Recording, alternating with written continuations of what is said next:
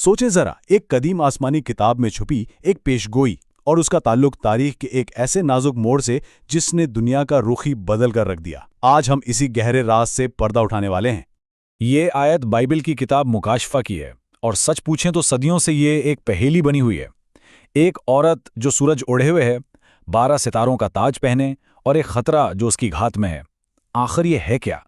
یہاں ایک بہت ہی دلچسپ سوال اٹھتا ہے، کیا ایسا ہو سکتا ہے کہ اس بائبلی راز کی چابی اسلامی تاریخ کے اندر چھپی ہو؟ سننے میں یہ جوڑ تھوڑا عجیب لگتا ہے نا؟ لیکن آج کی ہماری ساری گفتگو اسی نقطے کے گرد گھومے گی۔ اچھا، اس پیشگوئی کی تہہ تک پہنچنے لیے ہمیں پہلے اس دور میں جانا ہوگا جب یہ سب شروع ہوا۔ یہ اسلام کا بالکل ابتدائی زمانہ تھا، اور وہاں ہمیں 2 الگ الگ کہانیاں نظر آتی ہیں۔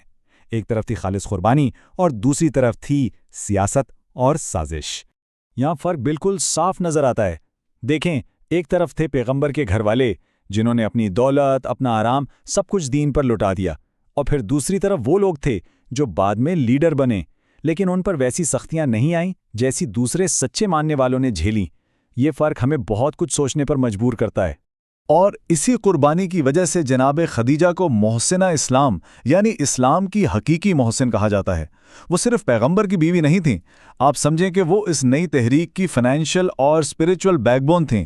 ان کی دولت ہی تھی جو شروع کے مسلمانوں کے لیے قریش کے ظلم کے آگے ایک دیوار بن گئی۔ اور یہ صرف کہانیاں نہیں ہیں، یہ اس تکلیف کی حقیقت ہے جو ان لوگوں نے سہی جن کے پیچھے کوئی بڑا قبیلہ نہیں تھا۔ سوچئے ذرا، سمیہ اور یاسر، اسلام کے پہلے شہید، انہیں کتنی بے دردی سے مارا گیا۔ جب آپ ان قربانیوں کو دیکھتے ہیں اور پھر کچھ بڑے ناموں کی پرسکون زندگیوں کو، تو وہ تضاد، وہ اندرونی کشمکش بالکل سامنے آ جاتی ہے۔ تو اب جب کہ ہم نے ماحول کو سمجھ لیا ہے، چلیں واپس اس پیشگوئی پر آتے ہیں اور اس کی گتھی سلجھاتے ہیں۔ ہم ایک ایک علامت کو دیکھیں گے اور یہ جاننے کی کوشش کریں گے کہ یہ تشریح اسے پیغمبر کے گھرانے یعنی اہل بیت کی تاریخ سے کیسے جوڑتی ہے۔ پیشگوئی شروع ہوتی ہے ایک پراسرار عورت سے، ایک ایسی شخصیت جو سورج کی مانند روشن ہے۔ تو سوال یہ ہے کہ یہ کون ہو سکتی ہیں؟ اس تشریح کے مطابق یہ شخصیت ہیں پیغمبر اسلام کی بیٹی جناب فاطمہ زہرا، اور اس کی وجہ بھی بتائی گئی ہے۔ دیکھیں، قرآن پیغمبر کو سراجن منیرہ یعنی روشن چراغ کہتا ہے، تو ان کی بیٹی جو ان کے نور کا عکس ہیں، وہی تو ہوئیں سورج سے ملبوس۔ اچھا، اس عورت کے سر پر 12 ستاروں کا تاج ہے۔ یہ 12 کا عدد آسمانی کتابوں میں بہت اہم سمجھا جاتا ہے، تو اس تاج کا کیا مطلب ہے؟ یہ 12 ستارے دراصل ان 12 اماموں کی طرف اشارہ ہیں جو جناب فاطمہ کی نسل سے آئے، اور یہ 12 کا ہندسہ اہم ہے، جیسے قرآن میں بنی اسرائیل کے 12 سرداروں کا ذکر ہے۔ تو مطلب یہ ہوا کہ یہ تاج ایک روحانی سلسلے، ایک لیڈرشپ کی نشانی ہے۔ اب آتی ہے کہانی کے ویلن کی باری، ایک عظیم سرخ اژدہا جو اس عورت کے بچے کو کھانے کے لیے تیار ہے۔ تاریخ میں یہ خوفناک طاقت آخر تھی کون؟ یہاں اژدہا سے مراد وہ سیاسی طاقتیں ہیں جنہوں نے پیغمبر کے انتقال کے بعد حکومت سنبھالی اور پھر ان کے خاندان کو اپنا ہدف بنایا۔ تو یہ کوئی خیالی بلا نہیں، بلکہ تاریخ کی حقیقی طاقتوں کا استعارہ ہے۔ اور اس اژدہے کے حملوں کا ایک پورا سلسلہ ہے۔ سب سے پہلے ثقیفہ میں قیادت کا رخ بدلا گیا، پھر جناب فاطمہ کے گھر پر حملہ ہوا، اور یہ ظلم اپنی انتہا کو پہنچا کربلا میں، جہاں ان کے نواسے کو شہید کیا گیا۔ یہ سب واقعات ایک دوسرے سے جڑے ہوئے ہیں۔ اب آتے ہیں پیشگوئی کے سب سے اہم کردار پر، وہ بچہ جس پر یہ سارا خطرہ منڈلا رہا ہے، اس کا کیا بنا؟ وہ کون تھا؟ یہاں تشریح بہت گہری ہے۔ یہ بچہ ایک ہی وقت میں 2 ہستیوں کی علامت ہے۔ ایک طرف وہ شہید بچہ محسن جو ظلم کے خلاف ایک دائمی گواہ بن گیا، یہ ماضی کا دکھ ہے، اور دوسری طرف یہ آخری امام المہدی کی طرف بھی اشارہ ہے جو ایک دن انصاف لائیں گے، یہ مستقبل کی امید ہے۔ ایک ہی علامت میں غم بھی ہے اور امید بھی۔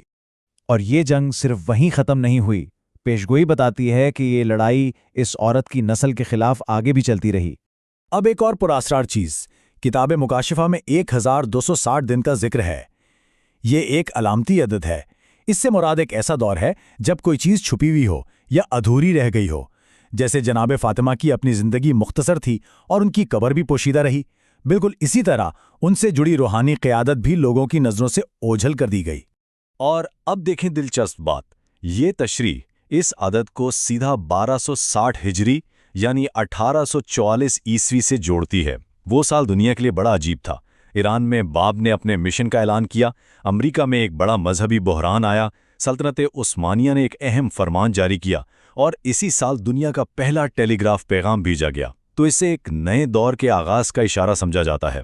یہ آیت بہت اہم ہے۔ یہ بتاتی ہے کہ اژدہے کی جنگ صرف اس عورت کے خاص بچوں سے نہیں تھی، بلکہ اس کی باقی اولاد سے بھی تھی، یعنی وہ تمام لوگ جو خدا کے حکم اور اس گواہی پر قائم رہیں۔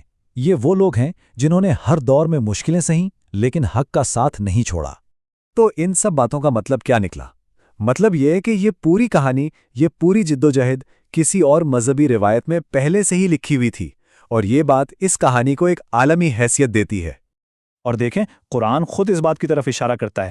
یہ آیت بتاتی ہے کہ پیغمبر کا ذکر پچھلی کتابوں تورات اور انجیل میں بھی موجود تھا، تو یہ نظریہ کہ ان کے خاندان کے بارے میں بھی اشارے مل سکتے ہیں بالکل نیا نہیں ہے۔ تو آخر میں بات یہ ہے کہ اس تشریح کے مطابق بائبل کا یہ حصہ کوئی مقامی یا عیسائی پہیلی نہیں، بلکہ یہ پیغمبر کے خاندان کی مشکلات کی ایک عالمی گواہی ہے۔ یہ تاریخ کے اس چھپے ہوئے ورق کو کھولتا ہے جسے اکثر لوگ نہیں پڑھتے، اور اسے ایک بڑے خدائی منصوبے کا حصہ قرار دیتا ہے۔ اور آخر میں ایک سوال، اگر تاریخ ایک کہانی ہے تو اسے سنانے والا کون ہوتا ہے؟ اکثر کہا جاتا ہے کہ تاریخ جیتنے والے لکھتے ہیں، لیکن کچھ کہانیاں کتابوں اور وقت کی گہرائی میں محفوظ ہو جاتی ہیں۔ اب یہ ہم پر ہے کہ ہم کون سی کہانی سننا اور سمجھنا چاہتے ہیں۔